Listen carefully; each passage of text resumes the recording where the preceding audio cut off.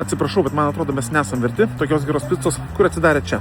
Bet geriems žmonėms sekasi. Ir būtent taip nutiko mums, gyvenantiems kažkur Vilniaus pakrašty, link Lentvario važiuojant, nes vieną dieną netikėtai prie parduotuvės atsirado futrakas. Jame atsirado picų krosnis, geriau žinoma kaip picų krosnių Ferrari, o už jo stojo picų dievas. Na ir pasisektų man taip, mano akis spindėjo kaip mažo vaiko pamačiusiu saldainį. Ir čia kalbu tiek apie gamybos procesą, tiek kainas, nes margarita kainavo 8 eurai, su gorgonzola ir kriaušėmis 12, o enduje vos 10. Sakau vos, nes anksčiau čia aplinkui už margaritą 13 eurų mokėdavom. Kelios minutės ir pro langą picų dievas man jau kiša pizzą pažiūrėti. Pasigeriam, susikraunam ir važiuojam namo. Nepakartojami kvapai užbūrė visą šeimą. Deja, bet gyvendami su manim, jie turi kiek pakentėti. Tai yra, kol aš išpakuoju ir apžiūriu kiekvieną pizzą atskirai.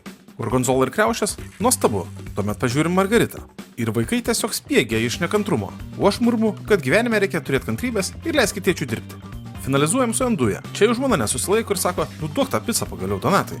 Ir tuomet prasidėjo puota. Gabaliukas po gabaliuko, kiekvienas įsimylėjom šią pizzą savaip. Tobulo skonio ir kepimo padas. Stiprus ir kokybiški priedai ant picos. Kaip minėjau, iki šiol nesuprantu, kodėl picų dievas nusprendė atsidaryti būtent prie mūsų vagonėlį. Nes atrodo, kad tokias pizzas gali valgyti kokie hipsteri naujamiestį ar panašiai. O dabar jomis mėgausimės mes, Vilniaus pakraščio gyventojai. Rekomenduoju, nes mūsų šeima jas valgė iki pat kraštų. Net vaikai nepaliko nei vieno kąsnelio. Maksimali rekomendacija. Skanaus.